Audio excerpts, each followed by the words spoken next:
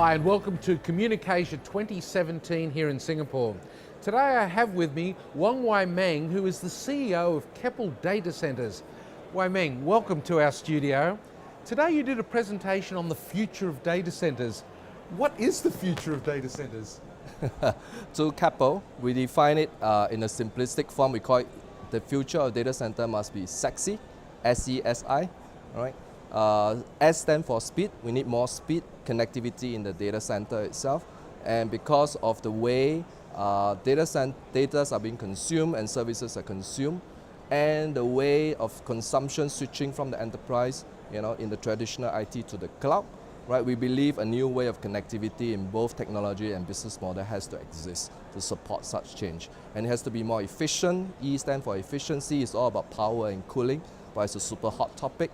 Right? Looking at the way power is going to grow for data center in the next decade, it's going to be 3 times as much as today or even more. Right? And it's not going to be sustainable in the next 10 to 15 years. And the other S stands for security.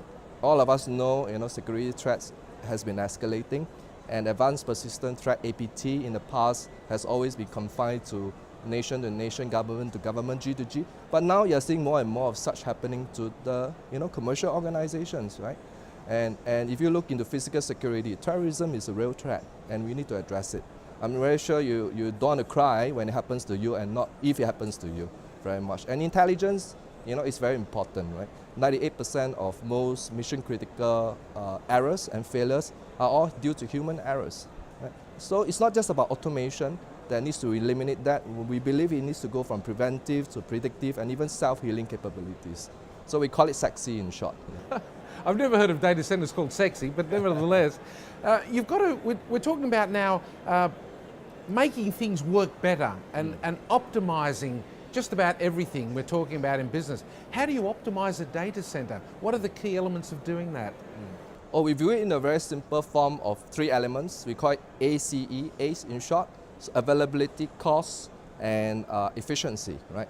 But the challenge with these 3 elements in the data center is they are all contending. Right? For example, if you try to increase availability, you have to add redundancy, right? And that creates an increase in cost. You can't reduce it. And you try to improve efficiency, that's good because you reduce your operating expense, but then your capex may go up because of that. So it's a little bit of a science and an art combined. How do you optimize, in the best form, the 3 contending factors concurrently? Well, we're in the age of digitalisation and the cloud and virtualisation. How are all these things affecting the way data centres are operating? I believe in terms of how data center need to serve the new digitalization community is probably what needs to be addressed, right? And if you look at how compute power has been increasing tremendously, you will expect a data center to shrink in terms of requirement. Right? By Moore's law, if you continue this way, a 20,000 square meter data center will just need to be a square meter 15, 20 years down the road. Right? So data center will be out of business, but that's not true. More and bigger mega data centers are being built. And the reason, the question we need to ask is why? Right? Because it's not just about Internet of Things, it's about digitalization of everything that's going to come, from traditional brick and mortar business to IoT, right? And also, the other big change is really the economics of cloud. Yeah. Right? A chasm, I believe, has been crossed. Right? If you speak to a big cloud operator a year back, they will say, I have all my demands capacity all fixed for data center. Right? And if you speak to them now, they say, gosh, I'm out of capacity in the next 12 to 18 months. How can you help me? So I believe data center has to switch in the form of how do you design, build, and operate data centers to support all these big cloud requirements. Well, presumably businesses these days are moving away from in-premise equipment.